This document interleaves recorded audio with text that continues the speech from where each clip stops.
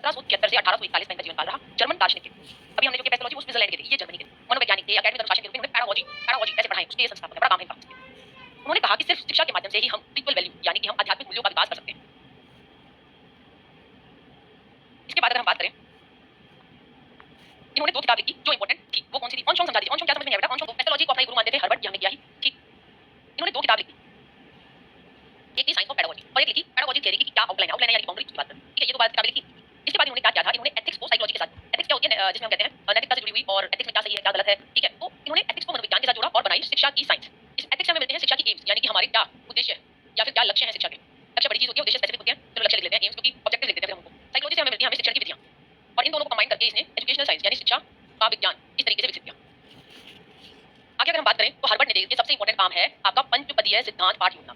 बेटा ये इतना इंपॉर्टेंट क्वेश्चन है, हार्वर्ड में बस यही आता है, ठीक है, कि हमें जो उसके पांच पद है ना उनके नाम याद होने चाहिए, उससे ज्यादा नहीं आता, ठीक है। और इसको दिया था फ्रेडरिक हार्वर्ड ने। हार्वर्ड स्पेंसर एक अलग बंदा है, इनको कंफ्यूज मत कीजिएगा। तो ऐसे कीजिए, पाठ योजना के पांच सिद्धांत हम पांचों के नाम याद करेंगे, ठीक। जर्मन के थे हार्वर्ड, इन्होंने तो स्टार्टिंग में कहा था कि भाई चार कोई भी हम लेसन प्लान करते हैं तो उसके चार प्रिंसिपल हैं। सबसे पहला होता है क्लियरनेस यानी कि स्पष्टता, जो कुछ भी हम पढ़ाना चाहते हैं उसको क्लियरली स्पष्ट तरीके से पढ़ें, ठीक है, प्रेजेंट करें, विषय वस्तु को छात्रों के सामने क्लियरली प्रेजेंट करें। बच्चा अपने पूर्व ज्ञान से जो टीचर ने मटेरियल दे दिया, यानी मैं आ गया ठीक है, मैं एक पाठ योजना बनाकर आई हूं तो मैं बहुत ही स्पष्ट तरीके से जो कुछ मैंने पढ़ाना है वो तुम्हें स्पष्ट दिखा रही हूं, देख रहे हो तुम अपने पुराने ज्ञान से इस चीज को जोड़ रहे हो, ठीक है। दूसरे नंबर पे, तीसरे नंबर में तुम क्रमबद्ध तरीके से उसको लगा रहे हो, और चौथा है विधि यानी किस तरीके से सारी चीजें बताई गई, ठीक। तो इसने बात की आपकी CASM, क्लियरनेस, एसोसिएशन, सिस्टम और मेथड। स्टार्टिंग में हार्वर्ड ने अपने लेसन प्लान पाठ योजना के चार पद दिए थे, CASM, CA छात्रों पर शिक्षा से जोड़ो, CASM, ठीक है। तो याद रखिए, ठीक। आगे अगर हम बात करें तो भाई इनके कुछ स्टूडेंट थे, ठीक है, उन्होंने क्या किया, उन्होंने चेंज किया इनके इसको, उन्होंने क्या किया, संबंध जो था उसको कंपैरिजन बोलने लगे। तो पहले वाला स्टेप था यानी कि जो ये क्लियरनेस था इसको दो चीजों में डिवाइड कर दिया।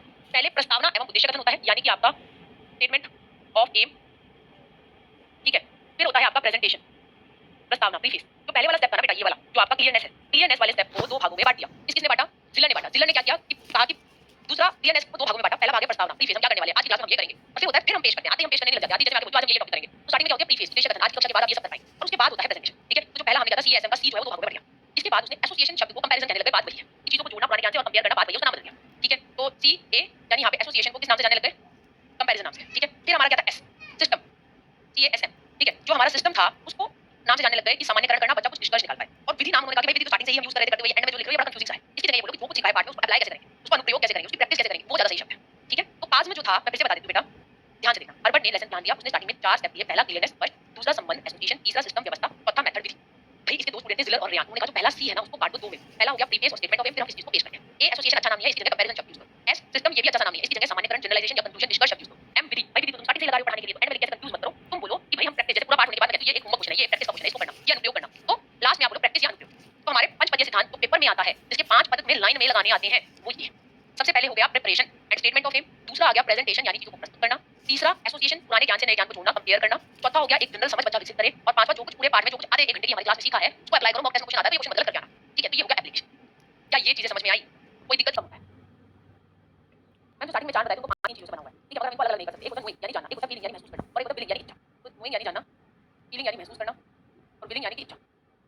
नोइंग यानी आप नए आइडियाज अपने कॉन्शियसनेस में देखते हो, सामने आपको चेतन कोई नया आइडिया है, आप अपने पुराने आइडिया से उसे जोड़कर देखते हो, ठीक है, ठीक ठीक। और आप क्या करते हो उसको प्री स्टोर्ड आइडिया से जोड़ते हो। बेटा जहां पर भी अलग होता है मैं बात करें तो भाई नोइंग यानी जानना, नए आइडियाज हमारे चेतन में आते हैं, हम उनको दिमाग में स्टोर करने की कोशिश करते हैं, ठीक है। फिर हम दोबारा से क्या करते हैं अनकॉन्शियस अचेतन मन में जाते हैं, तो इसको इस हमने अपरसेप्टिव मास कहा, ठीक है। ये भी एक इंपॉर्टेंट वर्ड है जो इनका है। हार्वर्ड के दो इंपॉर्टेंट पॉइंट है, एक तो पंचपदीय सिद्धांत और एक अपरसेप्टिव मास, ठीक है। अब फ्रेडरिक हार्वर्ड अलग है, हार्वर्ड स्पेंसर अलग है, ठीक है।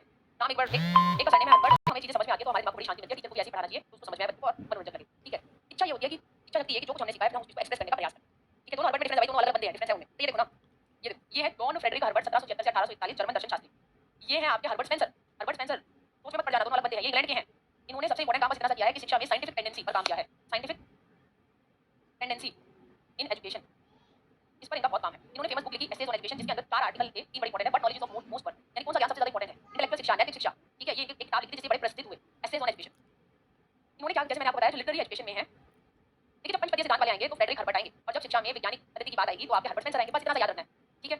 अब इसी में जो हार्वर्ड आते हैं तुमने उसको क्या पढ़ा है, अब ये वाले जो मैं पढ़ा रही हूं ये पढ़ा, ये वाले होंगे, पहले वाले पढ़ा, वाले होंगे पंचपदीय पढ़ा है तो वो आपके फ्रेडरिक हार्वर्ड है, ठीक है। स्पेंसर ने पंचपदों की कोई बात नहीं की, इसने तो स से स्पेंसर, स से साइंटिफिक टेंडेंसी एजुकेशन में, शिक्षा में मनोवैज्ञानिक बातें। इन्होंने कहा लिटरेरी एजुकेशन है, जो किताबों से रटवा रहे हो, जो कहानियां और जो पुरानी चीजें पढ़ा रहे हो, उनका कोई मूल्य नहीं है। इन्होंने विज्ञान की शिक्षा बदल दिया, और इन्होंने क्या कहा कि पांच टाइप की गतिविधि ताकि हम पूर्ण जीवन जिए। तो कंप्लीट लिविंग पेपर में आता है कि कंप्लीट लिविंग एम किसने दी थी, यानी पूर्ण जीना लक्ष्य, ये किसके द्वारा दिया गया है? तो ये हार्वर्ड स्पेंसर के बारे में के द्वारा दिया गया है। इन्होंने कहा कि ऐसी एक्टिविटीज होनी चाहिए जो हमारी सेल्फ प्रिजर्वेशन यानी जो हम कुछ जिंदा रहे उसको लेकर हो, इसमें आप शारीर के बारे में पढ़ाइए, साफ सफाई के बारे में पढ़ाइए, फिजिक्स के बारे में पढ़ाइए, केमिस्ट्री के बारे में। ठीक है, हर्बर्ट स्पेंसर जो साइंस के विषयों को बड़ा इंपॉर्टेंट मानते थे, तो ज्यादातर इनके पढ़ाचर्या में साइंस के डिसिप्लिन को पढ़ाने के लिए करवाते हैं। Indirectly minister to self preservation, ऐसी भी गतिविधियां कराइए जो इनडायरेक्टली सेल्फ प्रिजर्वेशन यानी खुद को संरक्षित करने में मदद करे। वो हो गया मैथ, बायो, समाजशास्त्र और फिजिक्स। ऐसे है for their own and the rearing and display of the offspring, कि आप बच्चों को जो पाल रहे हैं, ठीक है, उनका पोषण कर रहे हैं, उसके लिए ऐसी साइंस हो। तो फिजियोलॉजी, गृह विज्ञान पढ़ाइए और साइकोलॉजी पढ़ाइए। आज वो वाले हर्बर्ट खत्म हो गए, हर्बर्ट स्पेंसर पे आ गई।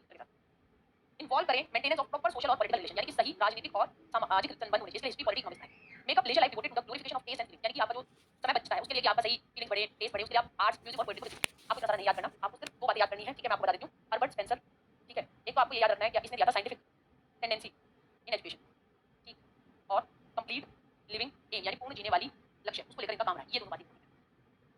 मोरल एजुकेशन के बारे में इनकी क्या बात है? Moral development to high ideas by parents and teaching. और फिजिकल एजुकेशन को लेकर इन्होंने कहा कि भाई बहुत जरूरी है, शारीरिक शिक्षा उसको ऐसे आप नेगलेक्ट नहीं कर सकते। ठीक, तो ये हमारे हर्बर्ट स्पेंसर हो गए, इनको बहुत ज्यादा नहीं रखना था, इनके लिए ये बातें ही जरूरी थी। इसलिए करेक्ट बच्चे कंफ्यूज रहते हैं। ठीक है, यहाँ पर आपका जो ये फ्रेडरिक हर्बर्ट है, हर्बर्ट, इन्होंने क्या दिया था? इन्होंने आपका पाठ योजना का पंचपदीय सिद्धांत, लेसन प्लान का ये 5 स्टेप्स। ठीक है, सबसे पहले क्या होता है बताइए? और इंपॉर्टेंट चीज थी यहाँ पे परसेप्टिव मास की इन्होंने बात की थी। ठीक, और इन्होंने कहा था कि माइंड जो है वो 3 चीजों में बटा हुआ है, अलग अलग नहीं है, सब चीजें जुड़ी हुई हैं। वो है आपका नोइंग, फीलिंग महसूस करना, फीलिंग, और फीलिंग, उन चीजों को फिर करने के लिए तैयार।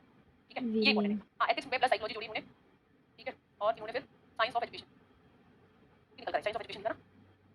हाँ, शिक्षा and outline for pedagogical theory. हाँ, ये भी इंपॉर्टेंट है क्योंकि पेडागोजी भी इनका बड़ा काम है। पेडागोजिकल काम, science of pedagogy and outline of pedagogy. Books name. ठीक है बेटा, तो कल शाम को 5 बजे मिलते हैं। Thank you everyone.